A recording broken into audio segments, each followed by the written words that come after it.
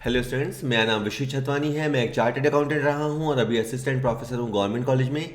इन दिनों में हमारी इनकम टैक्स की सीरीज़ चल रही है जो इम्पॉर्टेंट है। जो लोग यूजीसी नेट कॉमर्स की तैयारी कर रहे हैं या जो किसी भी स्टेट में असिस्टेंट प्रोफेसर एग्ज़ाम की तैयारी कर रहे हैं तो इनकम टैक्स वहाँ रहता ही है। सो ये हमारा इनकम टैक्स के ऊपर 8वां सैम्पल पेपर है। असेसमेंट ईयर 24-25 है। सो हमेशा की तरह 25 MCQ ओपन करेंगे। पहला क्वेश्चन है अस्वीकृत व्यय छांटिए, pick out the inadmissible expense. Question देखते ही आपको ध्यान आना चाहिए कि कौन से चैप्टर का क्वेश्चन है। तो ये क्वेश्चन है पीजीबीपी का। बिजनेस के अंदर जब हम अकाउंट सीखते हैं तो हर तरह के खर्चे आप डाल देते हैं, लेकिन इनकम टैक्स के हिसाब से कुछ खर्चे आप डाल सकते हैं कॉल्ड अलाउड एक्सपेंसेस या एडमिसिबल एक्सपेंसेस, और कुछ खर्चे हैं जिन्हें आप P&L में नहीं दिखा सकते, इन एडमिसिबल या डिसअलाउड एक्सपेंसेस। तो जीएसटी को आप बुक्स में दिखा सकते हैं। हालांकि ऐसा तब होता है जो जीएसटी से पैसा आया हो, अगर आपने उसे इनकम साइड में दिखाया हो तो जीएसटी के पैसे को आप एक्सपेंस की तरफ दिखा सकते हैं। Expenses on the assessment of income tax, अगर आपने किसी सीए से या किसी टैक्स प्रैक्टिशनर से इनकम टैक्स की कैलकुलेशन करवाई है, असेसमेंट करवाया है, तो उसका जो पैसा आप दोगे वो बिजनेस के अंदर आप लिख सकते हो, ताज्जुब होगा पर लिख सकते हो।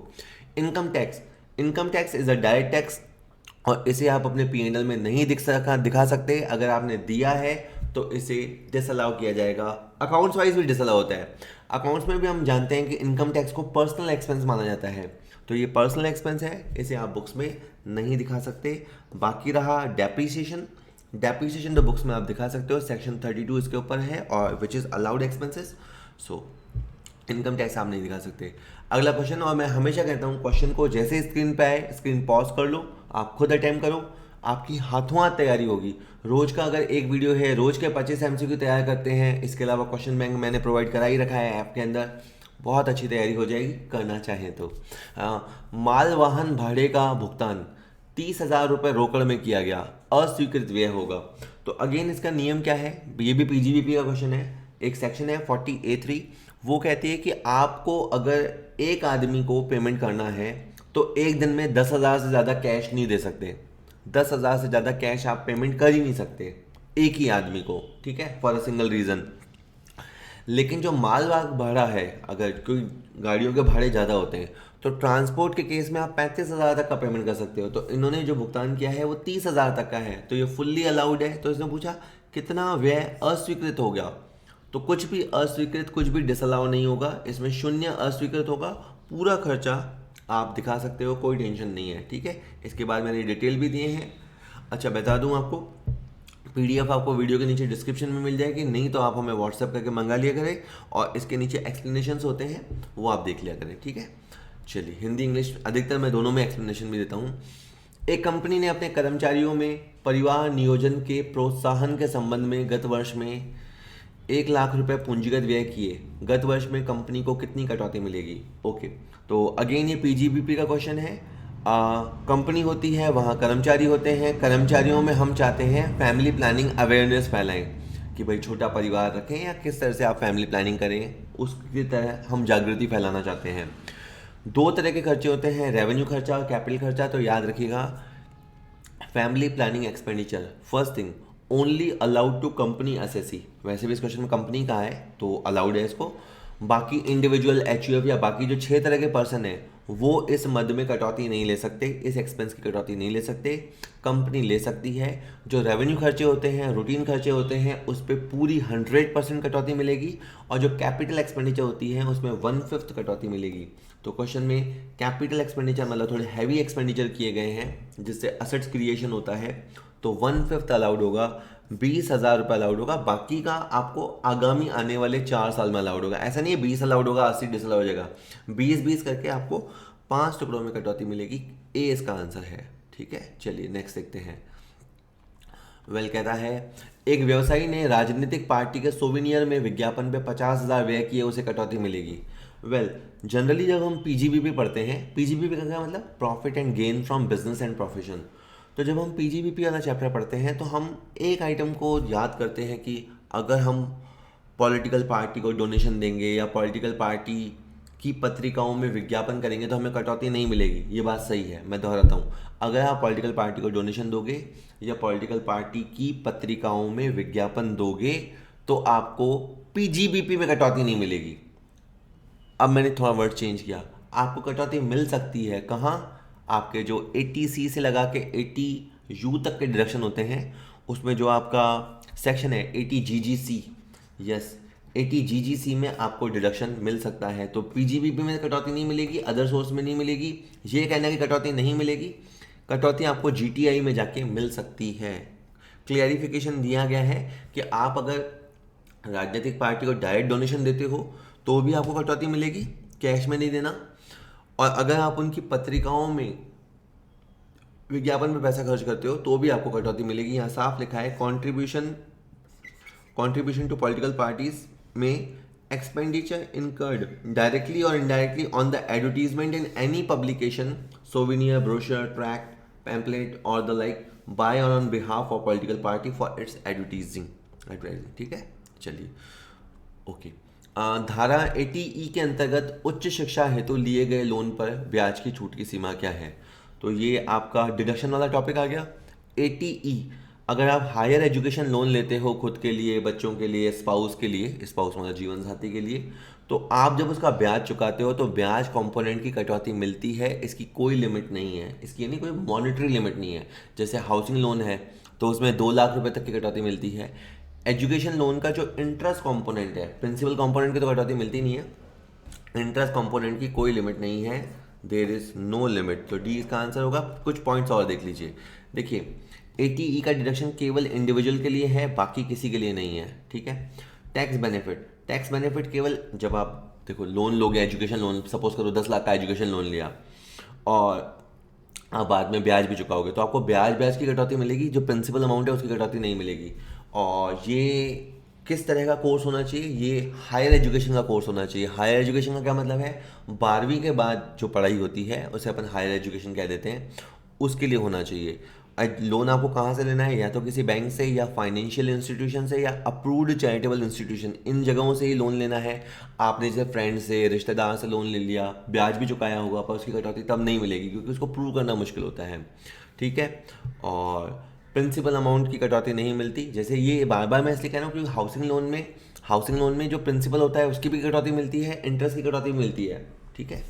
जो प्रिंसिपल अमाउंट है वो तो 80C सेक्शन में चला जाता है और जो इंटरेस्ट अमाउंट होता है वो HP वाले हेड में चला जाता है। और मैक्सिमम टेन्योर आपको 8 साल के तक कटौती मिलेगी। 8 साल भी अच्छे से याद रखना। जिस साल से आप ब्याज चुकाना शुरू करते हो वहाँ से टोटल 8 साल गिने जाएंगे। या तो लोन पहले पूरा हो जाए या 8 साल पहले पूरा हो जाए, तब तक आपको कटौती मिलेगी। चलिए स्टूडेंट, अगर आपको हमारी ये MCQ क्वेश्चन बहुत अच्छे लग रहे हैं तो मैं आपको बताना चाहता हूँ कि हमने 2000 से भी ज़्यादा MCQ का एक क्वेश्चन बैंक तैयार किया है। उस MCQ क्वेश्चन बैंक के कुछ फीचर्स मैं आपको बताता हूँ। पहली बात तो ये कि ये करंट असेसमेंट ईयर के मुताबिक हैं।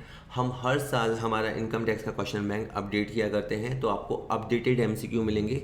दूसरी बात, साथ ही साथ आपको चैप्टर वाइज नोट्स मिला करेंगे। साथ ही साथ हमने 50 सैम्पल पेपर भी दिए हैं ताकि आप देख सकें कि आपने कितनी तैयारी की है और तैयारी का लेवल कैसा है। साथ ही साथ 50 वीडियो लेक्चर्स आपको मिलेंगे ताकि क्वेश्चनों को अप्रोच कैसे करना है वो अप्रोच आपको सीखने को मिले।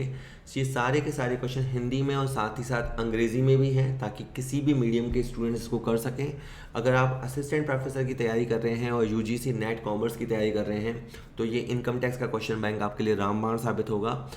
आप फ़ोन पे भी इसे एक्सेस कर सकते हैं और अगर आप कंप्यूटर या अपने लैपटॉप पे भी इसको देखना चाहें तो देख सकते हैं। तो ये 2000 MCQ का क्वेश्चन बैंक हमारे ऐप पे अवेलेबल है, ज़रूर देखिएगा, ज़रूर चेकआउट कीजिएगा।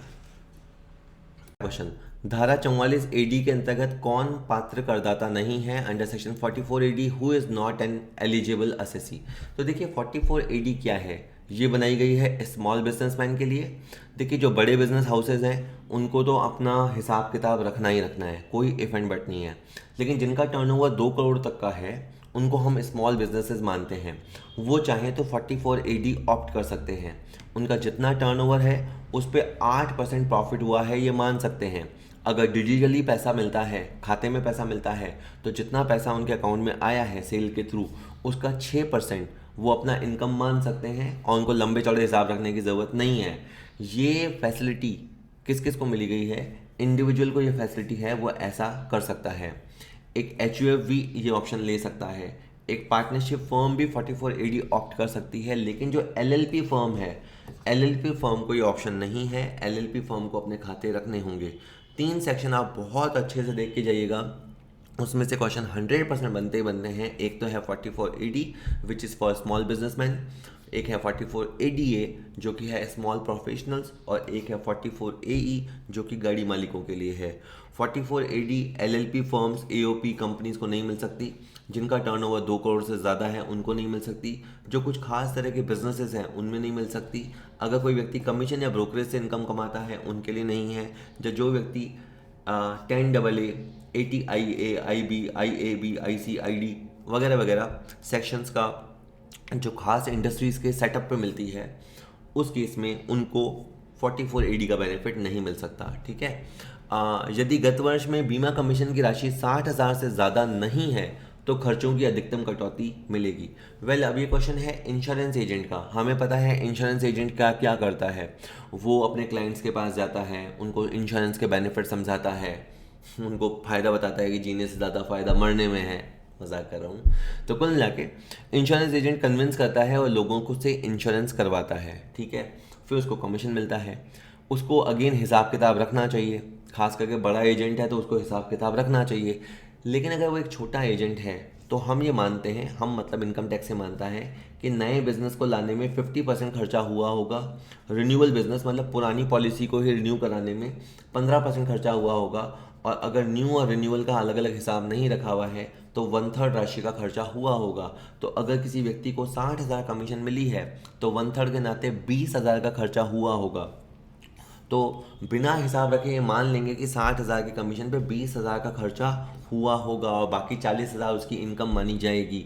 लेकिन जो बड़े एजेंट हैं, जो 60,000 से ज़्यादा कमीशन कमा रहे हैं, उनके लिए ये एड हॉक डिडक्शन नहीं है। उनको अपने खर्चों का हिसाब रखना होगा। चूंकि इस व्यक्ति की कमीशन 60,000 से ज़्यादा नहीं है तो ये एड हॉक डिडक्शन 1/3 वाली ले सकता है। इसमें भी अगर न्यू बिजनेस और रिन्यूअल बिजनेस क्लियर होता तो मैं 50% और 15% की कटौती देता। ठीक है। इसके आगे एक और एग्जाम्पल मैंने दे रखा है, उसे आप देख लीजिएगा। ठीक है। करदाता की निवासीय स्थिति प्रत्येक वर्ष, every year the residential status of an SSC, बहुत इंपॉर्टेंट टॉपिक है। एक रेजिडेंशियल स्टेटस भी आप जरूर से देख के जाना, समझ के जाना, क्योंकि इसी से साबित होता है कि व्यक्ति रेजिडेंट एंड ऑर्डिनरी रेजिडेंट है क्या, resident and not ordinary resident है क्या, या नॉन रेजिडेंट है। लेकिन मज़ेदार बात यह है कि एक बार आप रेजिडेंट साबित हो गए तो आपको हर आने वाले साल के लिए रेजिडेंट नहीं मान लिया जाएगा। हर साल आपका रेजिडेंशियल स्टेटस चेक किया जाएगा। फिर हो सकता है कि आप रेजिडेंट प्रूव हो सकता है आप NOR प्रूव हो सकता है आप नॉन रेजिडेंट प्रूव हो। तो करदाता की निवासी स्थिति प्रत्येक वर्ष बदल सकती है। It may change. ऐसा नहीं कि आपके ऊपर एक बार नॉन रेजिडेंट का ठप्पा लग गया तो आप फिर बाकी बचे हुए आने वाले वर्षों में नॉन रेजिडेंट रहेंगे, ऐसा नहीं होता। रेजिडेंशियल स्टेटस हर साल चेंज हो सकता है। ये बहुत ही बेसिक पर बहुत ज़रूरी बात है जो समझनी है आपको। अवयस्क बच्चे की आय कर मुक्त होती है अगर हमें पता है कि अगर जैसे ये है पापा, ये है मम्मी और ये है इनका छोटा सा बच्चा, अगर इसको FD से कोई इनकम हो रही है, एक एग्जांपल ले रहे हैं, तो FD से मान लीजिए इसको 8,000 की इनकम हो रही है, तो वो इनकम पापा में चली जाएगी या मम्मी में चली जाएगी, दोनों में से जो ज़्यादा अर्न करता है, इस 8,000 को जोड़ने से पहले दोनों में से जो ज़्यादा ताकतवर है, ताकत के मामले में नहीं, इनकम कमाने के मामले में जो ज़्यादा ताकतवर है, उसमें बच्चे की आय को जोड़ दिया जाएगा और 1,500 रुपये प्रति बच्चे तक कटौती मिलेगी। लेकिन अगर आप 1,000 रुपये जोड़ोगे तो फिर कटौती 1,500 रुपये की नहीं मिलेगी, फिर कटौती 1,000 रुपये की मिलेगी। इसलिए कहते हैं कि माइनर बच्चे के संबंध में जोड़ी गई आय के बराबर कटौती मिलती है, जो कि 1,500 रुपये से अधिक नहीं होगी। तो अवयस्क की आय जो आप जोड़ रहे हैं या 1,500 रुपये, दोनों में से जो कम हो उतनी कटौती मिलती है, चाहे जितने बच्चे हों। अगर मान लीजिए इनके 4 बच्चे हैं तो चारों बच्चों के संबंध में ये नियम लागू होगा अलग अलग। ठीक है। ऐसा नहीं कि इसमें 2 बच्चों की लिमिट है। नेक्स्ट कहता है वेतन में शामिल होते हैं। सैलरी वर्ड जो हम कहते हैं तो जनरली हमको जो मिलता है कि हमको लगता है जो पैसा हमें मिलता है वही सैलरी है, पर नहीं। देखिए, आपको सैलरी मिलती है जिसको वेजेस भी बोलते हैं। आपको बहुत सारे अलाउंसेस यानी भत्ते मिलते हैं। आपको बहुत सारी सुविधाएं मिलती है, जैसे मकान, रहने के लिए मकान दे दिया, मेडिकल फैसिलिटी दे दी, ट्रांसपोर्ट का खर्चा उठा लिया, तो फैसिलिटीज़ भी मिलती है जिसको परक्विजिट्स बोलते हैं। आपको छुट्टियां मिलती है और छुट्टियों के बदले आप पैसा उठा सकते हैं, तो ये सारे सैलरी वर्ड में इंक्लूड है। तो सैलरी में नकद जो मिलता है वो इंक्लूड है। जो परक्विजिट्स या बेनिफिट्स मिलते हैं, मकान की सुविधा, कार की सुविधा, नौकर की सुविधा, वो सब टैक्सेबल हैं। वेतन के स्थान पे लाभ, जैसे अगर आपकी सैलरी कंडीशंस में चेंज कर दिया गया तो आपको बदले में कुछ कॉम्पनसेट किया जाएगा, तो वो भी सैलरी माना जाएगा। तो ये सारे, तो सैलरी की डेफिनेशन में ये सारे शामिल हैं। एक बार फिर आप इस चार्ट को देख लीजिएगा। सैलरी के अंदर वेजेस, कोई एन्युटी पेंशन, कोई ग्रेचुटी की राशि जो मिलती है, फीस, कमीशन, परक्विजिट्स वगैरह मिलते हैं, एडवांस सैलरी मिलती है, और अगर लीव इनकैशमेंट होता है वो प्रोविडेंट फंड में एक निश्चित लिमिट से ज़्यादा जो कंट्रीब्यूट होता है वो सेंट्रल गवर्नमेंट जो अपने कर्मचारियों के लिए एनपीएस में कंट्रीब्यूट करती है, वो सब अलाउंसेस, ये सब आपके सैलरी के अंदर जोड़े जाते हैं। आप ये अलाउंसेस की लिस्ट देख लेना, कौन से टैक्सेबल हैं, कौन से पार्टली टैक्सेबल हैं और कौन से पूरी तरह से एग्जेम्प्ट है। व्यापार के उपयोग में आने वाले स्वयं के मकान की आय होती है शुद्ध लाभ, उचित किराया, नगरपालिका मूल्य या शून्य। इसे आप समझिएगा क्या बात है। जैसे मान लीजिए एक ये व्यापारी है, ठीक है, इसका एक मकान ये है, एक मकान ये है, ठीक है। इस मकान में तो ये रहता है, तो इसको तो अपन ने बोला सेल्फ ऑक्यूपाइड। इस मकान की इनकम शून्य मानी जाती है। और इस वाले मकान में ये बिजनेस करता है या इसका ऑफिस है, तो इस वाले मकान की इनकम भी मानी जाएगी शून्य। तो जो मकान आपका खुद का हो और जिसे आप बिजनेस के लिए यूज़ करते हो, ठीक है, उसकी इनकम को शून्य माना जाता है, बशर्ते, शर्त एक और होती है लेकिन वो साइलेंट होती है, ध्यान नहीं देते लोग, बशर्ते ये है कि उस बिजनेस से होने वाले प्रॉफिट टैक्सेबल हों। अगर आप मकान को बिजनेस के लिए यूज़ करते हैं तो ऐसे मकान की इनकम शून्य मानी जाएगी, उसे डीम्ड लेट आउट, किराए पे उठाया गया नहीं माना जाएगा। शर्त बस ये है कि उस बिजनेस से होने वाले प्रॉफिट टैक्सेबल नेचर के हों, ठीक है। तो चलिए अभी तो आप ये याद कर लीजिए कि खुद के उपयोग में जो मकान आते हैं, उनकी खुद के बिजनेस के लिए जो मकान यूज़ में आते हैं, उनकी इनकम शून्य मानी जाती है। ठीक है, ये नियम पढ़ लीजिएगा आप आगे। किराए पर पर्यटकों के लिए चलने वाली मोटर टैक्सी जो 31 अक्टूबर 2019 को प्राप्त की गई है तथा प्रयोग में लाई गई है, पर असेसमेंट ईयर 2024-25 हेतु स्वीकार्य ह्रास की दर क्या होगी। देखिए मैं आपको इसको सिंपल बता रहा हूँ, है तो थोड़ा मुश्किल। अगर आपके पास कार है तो कार पे डेप्रिसिएशन की रेट या तो 15% होगी या 30% होगी। सिंपल वापस बोलता हूँ, अगर कार को आप टैक्सी की तरह यूज़ नहीं करते तो कार की घिसावट कम होगी और उसकी रेट है 15%।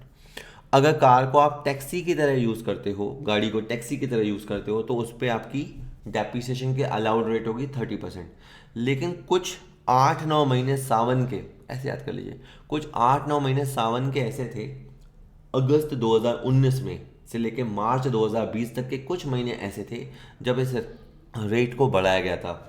तब 15% की रेट 30% थी और 30% वाली रेट 45% थी। इसका मतलब ये है कि उन सावन के महीनों में जिन्होंने कार खरीदी उनके लिए 30% की रेट है अगर वो टैक्सी में यूज़ नहीं करते हैं, और अगर वो टैक्सी की तरह यूज़ करते हैं तो 45% रेट है।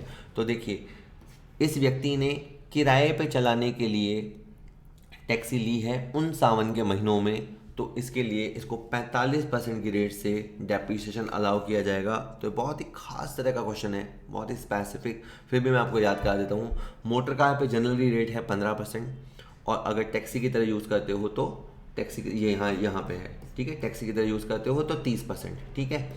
लेकिन अगर आपने कार को यूं ही खरीदा, कब, 23 अगस्त 2019 से लगाकर मार्च 2020 तक खरीदा भी और यूज़ भी कर लिया नॉन टैक्सी बिजनेस के लिए भी, तो भी उन सावन के महीनों की वजह से आपको 30% कटौती मिलेगी। और अगर आपने उन सावन के महीनों में टैक्सी की तरह यूज़ करने के लिए कार को खरीदा तो आपको 45% कटौती मिलेगी। अभी मैंने ये वाला नियम लगाया है, ठीक है, 45% डेप्रिसिएशन अलाउड होगा। अगला क्वेश्चन है, पूंजी लाभ को दीर्घकालीन होने के लिए करदाता के पास संपत्ति रहनी चाहिए, वो आपके पास 36 महीने से ज़्यादा रहनी चाहिए। जनरली कैपिटल गेन वाला क्वेश्चन है, कैपिटल गेन या तो लॉन्ग टर्म होता है या शॉर्ट टर्म होगा, फैसला कौन करेगा। जनरल रूल ये है, अब तो देखो 12 महीने का भी नियम है, 24 महीने का भी नियम है, लेकिन जनरल जो रूल है वो ये है कि आपके पास असेट्स 36 महीने से ज़्यादा रहनी चाहिए। देखो यहाँ पे ख ऑप्शन में 36 महीने भी लिखा हुआ है, पर आपके पास असेट्स मोर देन 36 मंथ रहना चाहिए, ये याद रखिएगा। और 12 महीने 24 महीने कम होते हैं अगर आपके पास कोई ऐसी सिक्योरिटी है, सिक्योरिटी मतलब प्रतिभूति है, जो स्टॉक एक्सचेंज पे लिस्टेड है, या अगर आपके पास यूटीआई यानी यूनिट ट्रस्ट ऑफ इंडिया के यूनिट्स हैं, या आपके पास इक्विटी ओरिएंटेड फंड के यूनिट्स हैं, या जीरो कूपन बॉन्ड है, तो आपके पास वो संपत्ति 12 महीने से ज़्यादा रहने पर उसे लॉन्ग टर्म मान लिया जाएगा। अगर आपके पास अंश हैं जो अनलिस्टेड कैटेगरी के हैं, मतलब स्टॉक एक्सचेंज पे लिस्टेड नहीं है, या आपके पास इमूवेबल प्रॉपर्टी में है, ज़मीन है, ठीक है, या मकान है, या दोनों हैं, तो 24 महीने से ज़्यादा रहने पे उसे लॉन्ग टर्म मान लिया जाएगा। बाकी सारे मामलों में 36 महीने से ज़्यादा होने पर ही उस टर्म को लॉन्ग टर्म होल्डिंग पीरियड कहेंगे और उस गेन को लॉन्ग टर्म कैपिटल गेन कहेंगे। अगला क्वेश्चन है, सर्वोत्तम निर्णय कर निर्धारण की धारा है। सर्वोत्तम निर्णय बेस्ट जजमेंट असेसमेंट के लिए कौन सा सेक्शन है? तो इसका जो सेक्शन रहेगा वो है सेक्शन 144। 144 सेक्शन में जो जजमेंट दिया जाता है उसे बेस्ट जजमेंट होता है। इसमें बहुत सारी कंडीशन है, अगर आप याद करना चाहें तो चलो मैं आपके साथ साथ पढ़ता हूँ।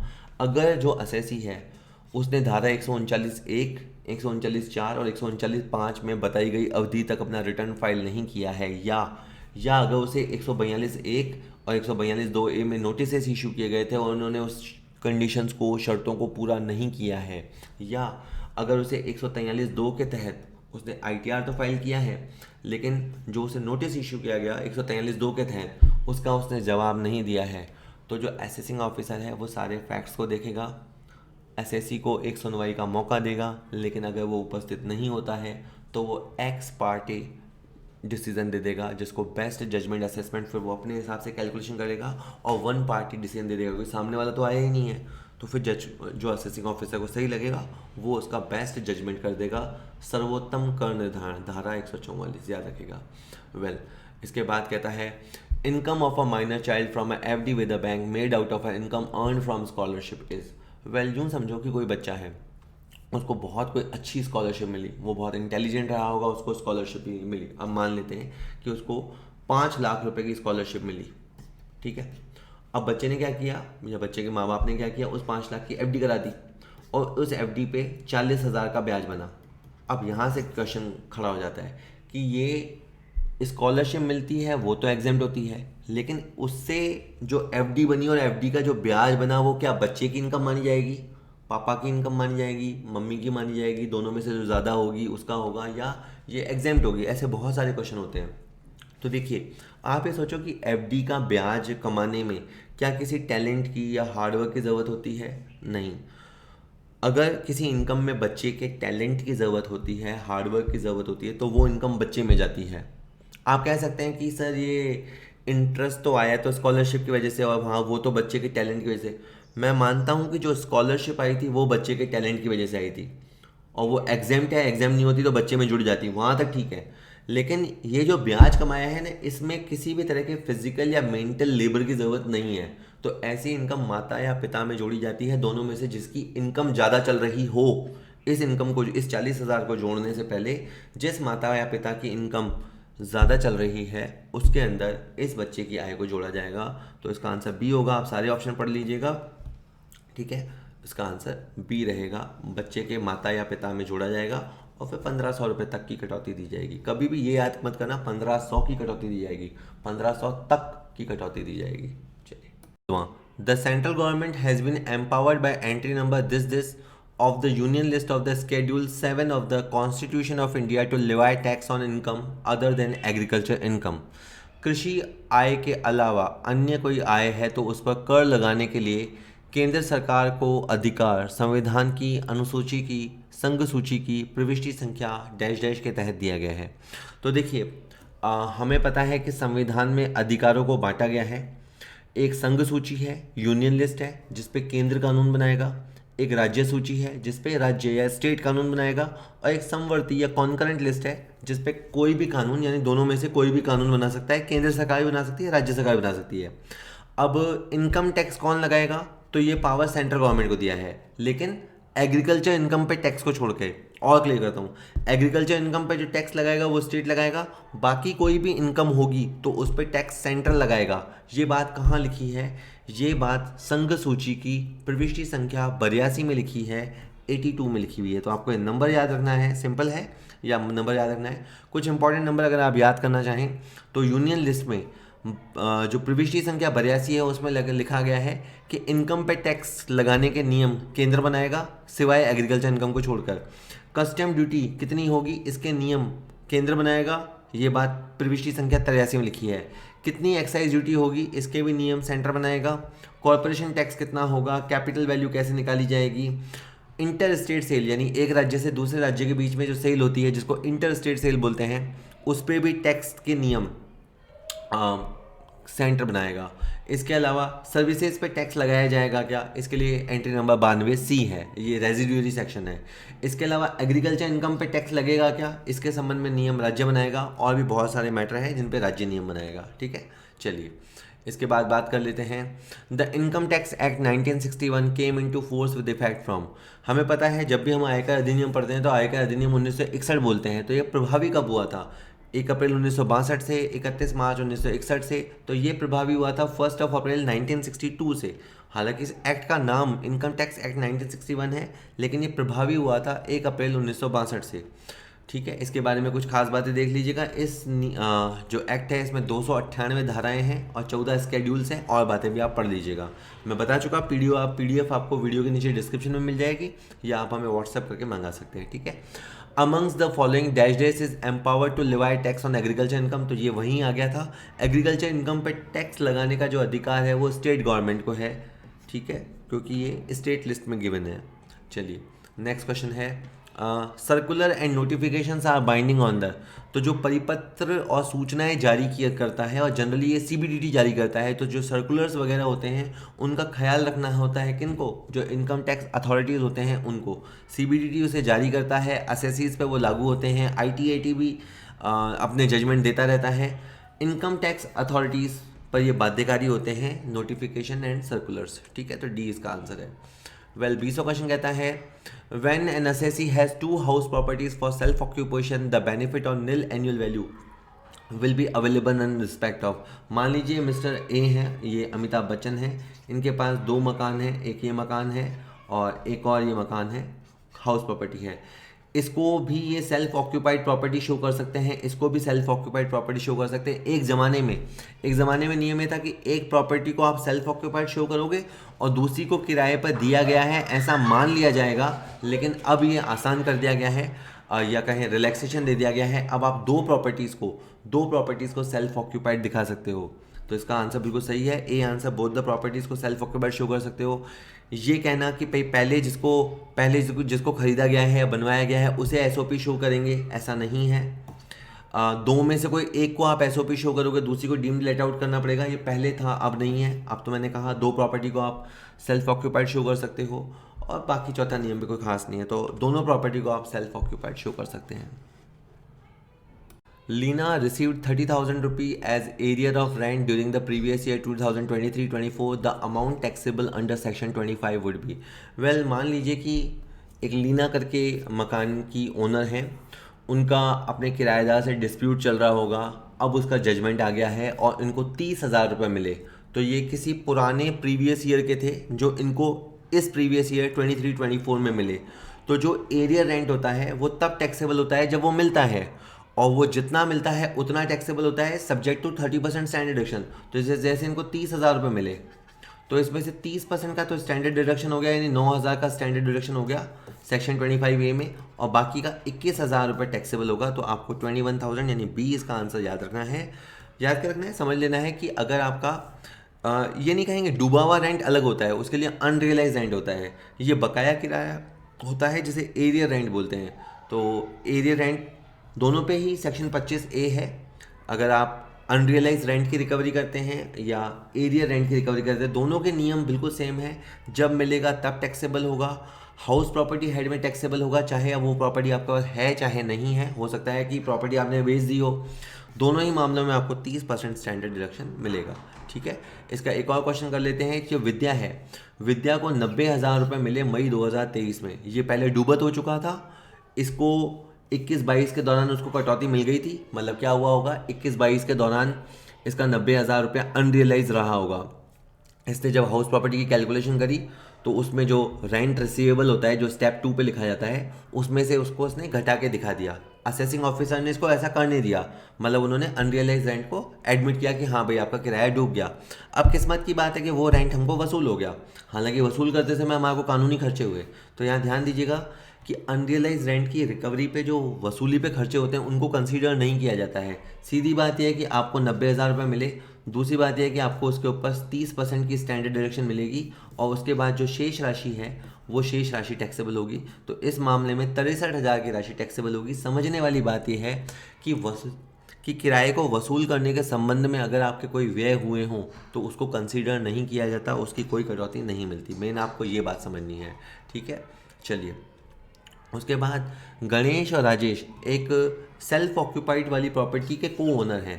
को ओनर में मैं आपको खास बात बता दूं कि अगर एक प्रॉपर्टी में 2 को ओनर हैं तो जो इंटरेस्ट और लोन की डिडक्शन है वो दोनों को अलग अलग मिलेगी। हमें ये पता है कि इंटरेस्ट और लोन 2 लाख रुपए तक का अलाउड है, लेकिन ये कन्फ्यूज़न होता है कि भाई अगर को ओनर हो तो दोनों को 2 लाख की कटौती क्या 1-1 लाख रुपए मिलेगी। तो मैं इस क्वेश्चन के थ्रू समझाना चाहता हूँ कि आपको 2 लाख की सेपरेट कटौती मिलेगी। मैं थोड़ा और बताता हूँ आपको।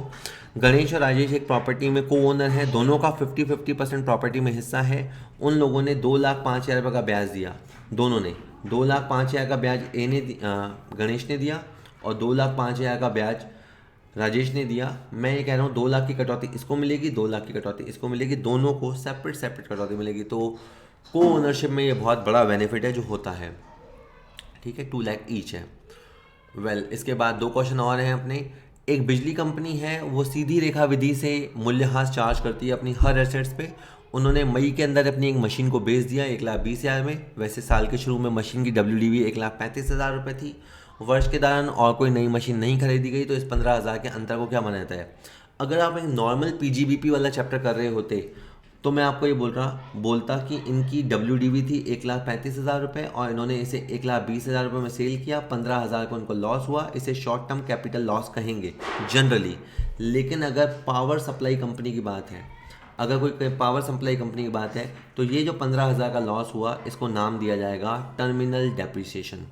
तो ये खास टर्म है, आपको याद रखनी है। मैं इसमें 3 केस हैं, वो आपको तीनों समझा देता हूँ। अभी के लिए इसका आंसर याद रखिएगा। 15,000 का जो नुकसान पावर सप्लाई कंपनी को मशीन बेचने से हुआ है उसे टर्मिनल डेप्रिसिएशन कहा जाएगा। अब इसमें आप 3 नियम समझिए। सपोज कीजिए मैं इसी क्वेश्चन को 3 कहानियों से बताता हूँ।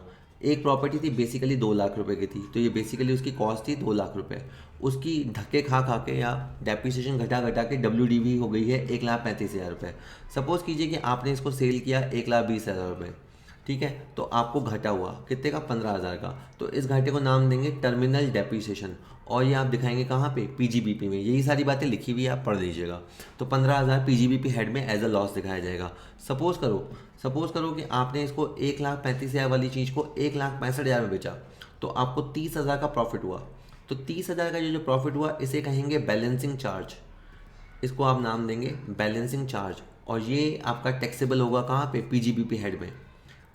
PGBP हेड में टैक्सेबल होगा 30,000 जो आपने कमाया। अब मज़े की बात ये देखो कि अगर सपोज करो कि इस 2 लाख वाली चीज़ को आपने 2,35,000 में बेचा, ठीक है। अब इधर से कंपेयर करो, अगर आप WDV से कंपेयर करो तो आप क्या देखेंगे, 1,35 की चीज़ को आपने 2,35 में बेचा, तो आपने 1 लाख रुपये कमाया। अब इस 1 लाख रुपये के 2 हिस्से होंगे। कॉस्ट से जितना ज़्यादा है, जैसे 2 लाख और 2,35, कॉस्ट में जो कंपेयर करोगे उससे जो 35,000 रुपये आएगा इसे तो अपन कहेंगे कैपिटल गेन, और बाकी का जो 65,000 रुपये का आया इसे अपन कहेंगे बैलेंसिंग चार्ज। रिपीट कर दूं, 2 लाख की चीज़ को 2,35 में बेचा तो 35,000 का तो आपको कैपिटल प्रॉफिट हुआ, इसे तो कैपिटल गेन कहेंगे। और WDV से कंपेयर करें तो हमें कुल मिला के 1 लाख का लाभ हुआ, जिसमें से 35,000 का कैपिटल गेन हुआ, तो बाकी का 65,000 रुपये आपका बैलेंसिंग चार्ज कहलाएगा। तो ये केवल पावर सप्लाई कंपनी के नियम में आपको 3 वर्ड याद रखने हैं, टर्मिनल डेप्रिसिएशन, बैलेंसिंग चार्ज और कैपिटल गेन, अगर sale above the cost value है तो, ठीक है। एक बार आप वापस सुन लीजिएगा जो मैंने सारा कहा। इसके बाद है मिस्टर जेड, जो एक सैलरीड इंडिविजुअल है और उनकी इनकम 8 लाख रुपए है, और वो 28 अगस्त को अपनी आईटीआर फाइल करते हैं, 28 अगस्त 2024 को आईटीआर फाइल करते हैं। तो अपने को पता है आईटीआर फाइल करने की लास्ट डेट है 31 जुलाई 2024। 31 जुलाई तक रिटर्न फाइल करना चाहिए, तो इसने रिटर्न लेट फाइल किया। अगर ये रिटर्न लेट फाइल करेगा तो इसके ऊपर 1,000 रुपये या 5,000 रुपये पेनल्टी लगेगी। अगर ये अपनी इनकम 5 लाख रुपए से ज़्यादा दिखाता है, अगर इसकी इनकम 5 लाख से ज़्यादा है, income is more than 5 lakh rupee, तो इसके ऊपर 5,000 रुपये की पेनल्टी लगेगी। अगर ये लेट रिटर्न फाइल करता है तो बाकी मामलों में इसके ऊपर 1,000 रुपये की पेनल्टी लगेगी। तो आप इस नियम को देख लीजिए। सेक्शन 234 है, कहता है कि आपको जुलाई 31 तक अपने रिटर्न फाइल करने हैं। और अब अगर 31 जुलाई तक फाइल कर दिया तो दैट्स वेरी गुड। अगर आपने अगस्त से लगा कर दिसंबर तक फाइल किया तो हम 1,000 रुपये पेनल्टी लगेगी। अगर आप 5 लाख तक की इनकम शो करना चाहते हो तो, अगर आप 5 लाख से ज़्यादा की इनकम शो करना चाहते हो तो फिर आपके ऊपर 5,000 की पेनल्टी लगेगी। तो ठीक है सर, होप वीडियो आपके लिए यूज़फुल रहा होगा। अगर वीडियो पसंद आता है तो नीचे कमेंट कीजिए, चैनल को सब्सक्राइब कर लिया करो, हमारा ऐप है डाउनलोड कर लो, बहुत सारा कंटेंट वहाँ पे फ्रीली अवेलेबल है। चलिए ठीक है, बाय।